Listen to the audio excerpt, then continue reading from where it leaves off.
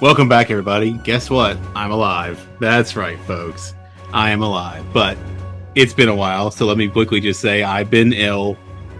Much better now. So we're getting back on track. So, welcome to Not Funny Guys Presents Red Dwarf Rewatch. I'm your host, Dr. John, and we are moving right along. We are going to get here this week to the end of Series 10. And we start today by looking at Episode 5 of Series 10, Dear Dave. Of course, directed and written by Doug Naylor. This one was released on the 1st of November, 2012. So let's break this down. So we open with Lister sitting in the bunk room, reading a magazine, and Crichton's doing his little cleanup. Lister is feeling kind of down, being the last human. He's looking at pictures of the human race in a magazine about them commuting to work, celebrating New Year's.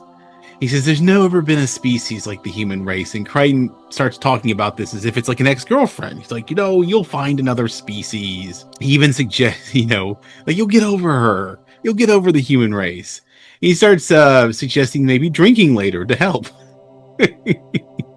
And then they start into really a version of Sinead O'Connor's Nothing Compares to You. And we find that Lister is off talking to one of the vending bar machines. I think this is 21 or 30. There's a whole spat going on in this episode. He's being moody and philosophical today, and it's being noticed. We then find Rimmer doing some of his weird little finger exercises. Crichton comes in with a computer message about an honor that Rimmer has received for all his years of service. They're still getting computer printouts from the JMC.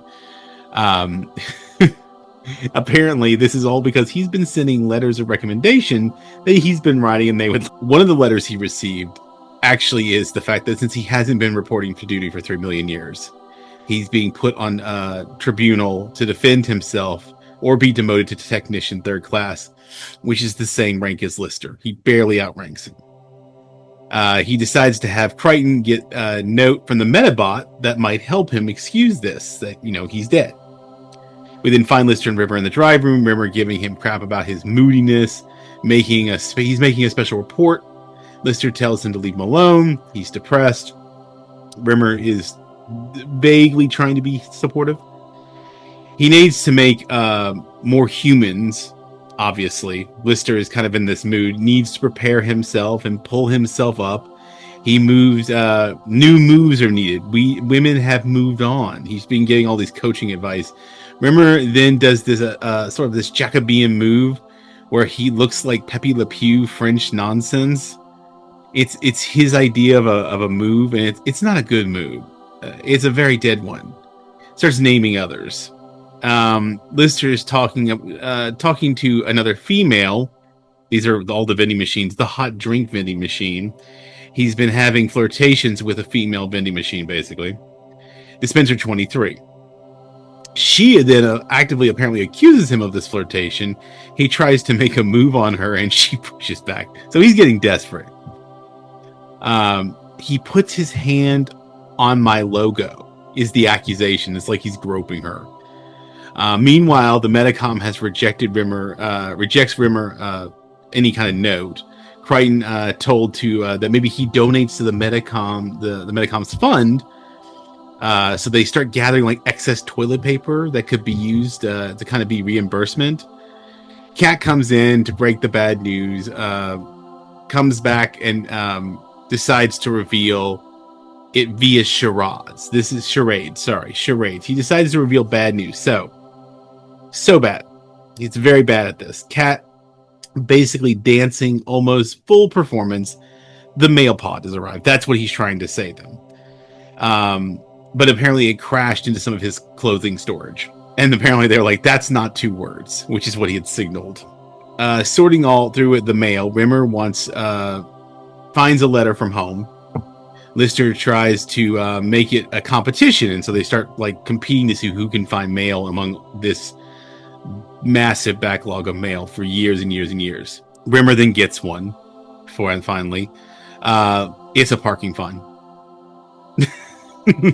Lister then finds one that sets off the whole storyline. It's from Haley Summers, a girl he used to go out with way back. only girl who didn't dump him, apparently. She went off to Callisto for some sort of dream job. That's why they broke up. Rimmer grabs it and reads it. It's a confession today. She's found out she's pregnant 3 million years ago in a deep space, and the baby could be either his or Roy. And Lister knew Roy.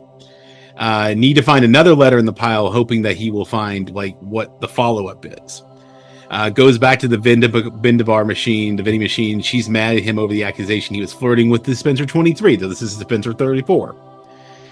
Won't give him a drink. She's mad at him. They have a fight. He's literally getting in a fight with vending machines. Crichton's seen collecting toilet paper. This donation to the Metacom.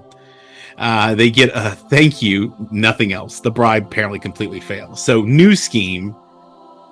He's been on sabbatical, helping Lister, caring for him, because remember, his entire premise for existing is that he's there to keep Lister sane. Kat comes to find Lister with the mail. Kat once again not helping when trying to help. It's like my children. She was definitely, apparently, this is the conclusion. She's definitely, this Haley girl is definitely cheating on Lister with Roy. Lister is in hell now in his head. He's suffering. Still hasn't found the letter. Crichton tries to give him a real pep talk. Like usual, doesn't help. He goes to apologize to the vending machine. Do anything to help it out. He wants to get you to see around the corner. He then rolls the vending machine around the corner to help. It then falls over while he's trying to help him. And he appears to get on top of it, trying to pick it up. And from what it's looking like, it's looked like he's humping the vending machine. Crichton is so happy. He's found another species to be with. Rimmer believes this. He has his evidence now because look at him. I'm trying to help this man. Look how sick he is. Find Cat walking splayed, looking for the toilet paper because they've given all the toilet paper back to the Metacom. Decides to use the mail he found on the ground. Lister finds that he's holding the letter he wants. Takes the special report that Lister had been working on, and he goes to use that as TP. Of course, Lister now has everyone around him. He opens the letter, hopes he is the father, reveals it was Roy. Obviously, the little twist ending. End of episode. So we're real rusty here, but we're getting back to this. Next time we will be back at our final episode of Series 10, the beginning.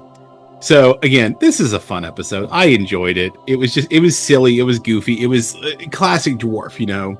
And if you've got a 3 million year divide between you and the rest of humanity, you might as well have some fun with. So why not drag out this competition of needing toilet paper, needing a bribe to not get demoted, and trying to figure out who a baby daddy is.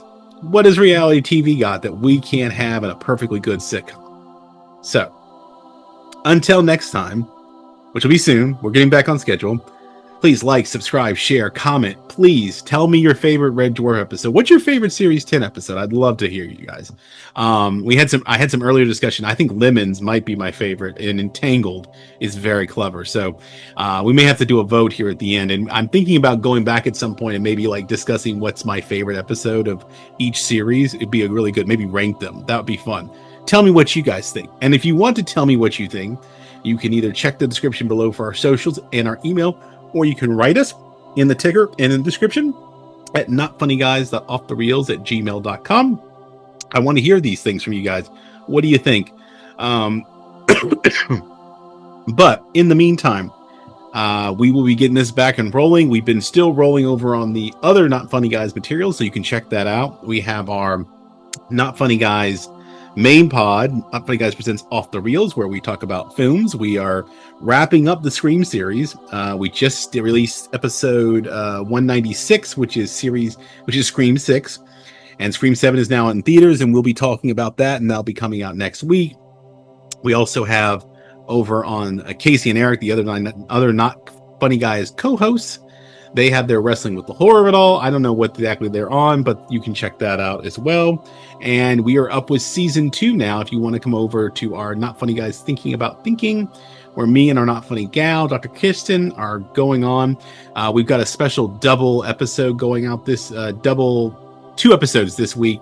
And then we'll probably sink back into it. We're trying to catch up. We got a little behind ourselves because of my illness.